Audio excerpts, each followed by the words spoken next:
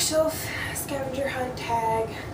Nobody tagged me. I've just been wanting to do this for a really long time, and as you guys can tell, my books are finally in a bookshelf and not in boxes.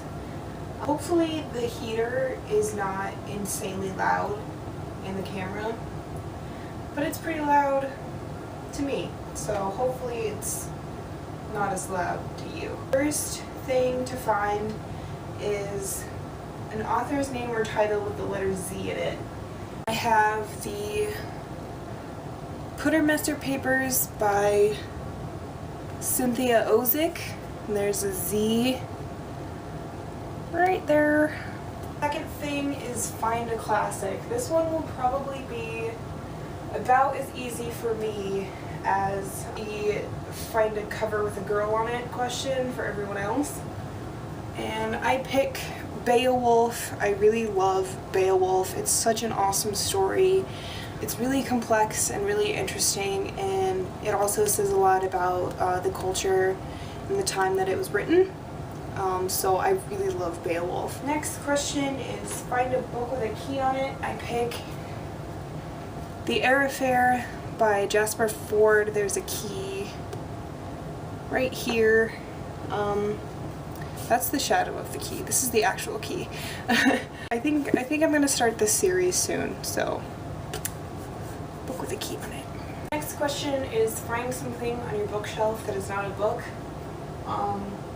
This giant box of glasses, like not these glasses, like drinking glasses, and then this strange, it's like a magnifying light kind of thing. It's my mom's from when she had to do, my mom's an engineer, and she used to do all her drafting and stuff by hand, and that's from when she did that by hand.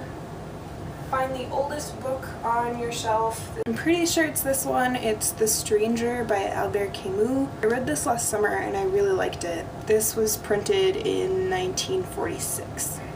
Find a book with a girl on the cover. I'll go with this one. It's Rebel Angels by Libba Bray. Girl, female person. Next is find a book that has an animal in it. Okay, so I picked Watership Down by Richard Adams and The Dogs of Babel by Carolyn Parkhurst. I picked two because I wasn't quite entirely sure about the rules of this question. Watership Down, all the characters are animals, like the main characters, and everyone is an animal, and they talk and stuff. Like most of the characters are bunnies. And then this one, the dog is in the book, but he's not like the narrator or anything. This one has an animal in it, but the animal is not the narrator. So that's why I picked two for this one. Next question is find a book with only words on it. And for this question, I'm kind of surprised that more people don't have these books. I have 9 Stories and Franny and Zoe by J.D. Salinger. There's a version of Catcher in the Rye that's exactly like this, but I have the one that has the carousel horse on it. Yeah, but pretty much all of J.D. Salinger's books come in a version like this that only has words on it, because what he said of Catcher in the Rye is that he didn't think it was a story that could be encapsulated by an image, which is why he only wanted the words on the covers.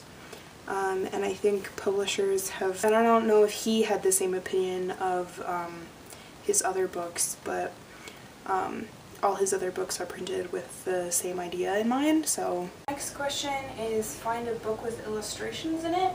This might be a pretty common choice, but I'm picking The Graveyard Book by Neil Gaiman. There's a lot of illustrations in here. And since I read mostly adult books and classics, this might be one of the only books that I have that actually has illustrations in it. I have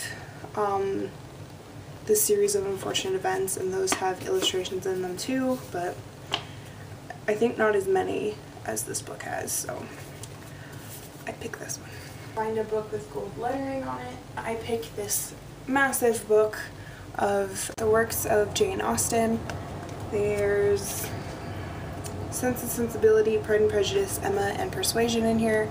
This is a Borders classic. I haven't read it because it's massive and I don't think I could hold it for more than like half an hour. Gold lettering, all of these fun filigree type things are gold, so here you go. Find a diary, true or fictional. The only one that I have that fits that question is the Diary of Anne Frank. I used to have the Absolutely True Diary of a Part-Time Indian, and I think I sold it back to the school. I really didn't like that book, but I think it was mostly because of like the activities that we did with it. They were like, the student teacher was in control for like what we did that week, and it was just awful. Diary of Anne Frank. I've read about 80% of this, and then I don't know why I never finished it, but I would like to reread what I read the first time and then read the whole thing this year. Next is find a book written by an author with a common last name. I'm gonna pick Dark Places by Gillian Flynn. I think Flynn is a pretty common name. This book is freaking amazing. I read it in probably 2009 and I still think about it all the time. I think this book is what really, if not inspired me, then maybe made me realize that what I really want to write is dark and thriller type novels. Yeah, so I would definitely recommend this to anyone who hasn't read it. It's amazing. Find a book that has a close-up of something on it. A Million Little Pieces by James Frey has this iconic close-up of the hand covered in sprinkles. I don't know why I love this cover so much, but I just do. I don't know. It's awesome. Next question is to find a book on your bookshelf that takes place in the earliest time period. I don't know if it's cheating to pick Shakespeare, but I'm gonna pick Shakespeare anyway. Julius Caesar is in here, which is set, I think, like, what it is, like 44 or something is when Caesar died. I don't know if it was 44 BC or 44 AD, but I remember 44. I don't know if that's even what 44 is, but I remember 44. Julius Caesar by Shakespeare, BC. I win. Find a hardcover without a jacket, and that one I'm gonna pick the works of Charles Dickens. There's Great Expectations, Hard Times, A Christmas Carol, and A Tale of Two Cities in here. I have not read this either. It's one of these fancy leather-bound ones, like the works of Jane Austen is. So, find a teal or turquoise colored book. Since I showed A Million Little Pieces for the close-up cover one, I can't show that for the teal one. But I pick The Uncoupling by Meg Wolitzer. This is not teal, but if you take the dust jacket off, it is teal, which you can't really tell because the lighting in this room is absolutely atrocious. Second to last question, find a book with stars on it. I don't know if I have a book with stars on it. I do have a book with stars on it. If I put the book like up here, then it blocks this stupid light fixture and then you can see me. The First Phone Call from Heaven by Mitch Albom, which I think I'm gonna have to read this really soon because I want to. But yeah, there's these cute little stars on it, and they're sparkly. Last question is to find a YA book. My camera stopped filming for absolutely no reason that I could discern. Yeah, but for a non-YA book, I pick The Cider House Rules by John Irving.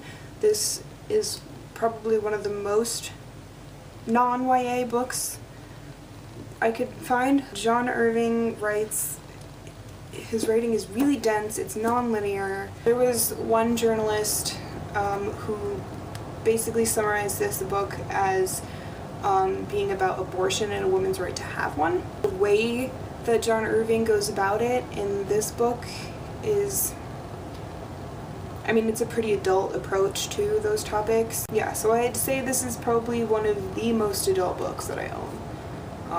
I've seen the movie, it was awesome, can't wait to read this.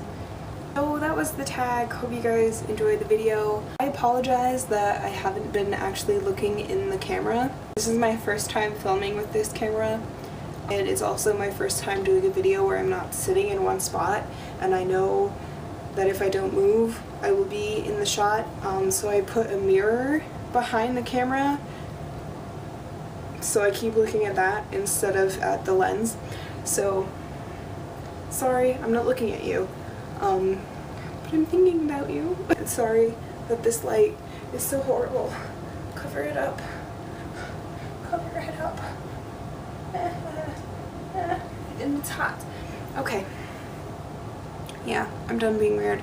So, that was the video. Hope you guys enjoyed. Let me know down below if you've read any of the books that I picked. I would like to do a bookshelf tour, not my next video, but the video after that. Because, you know, 2 bookshelf videos in a row would not be as entertaining. So don't forget to comment and subscribe, and I'll see you guys next time. Thanks for watching. Bye.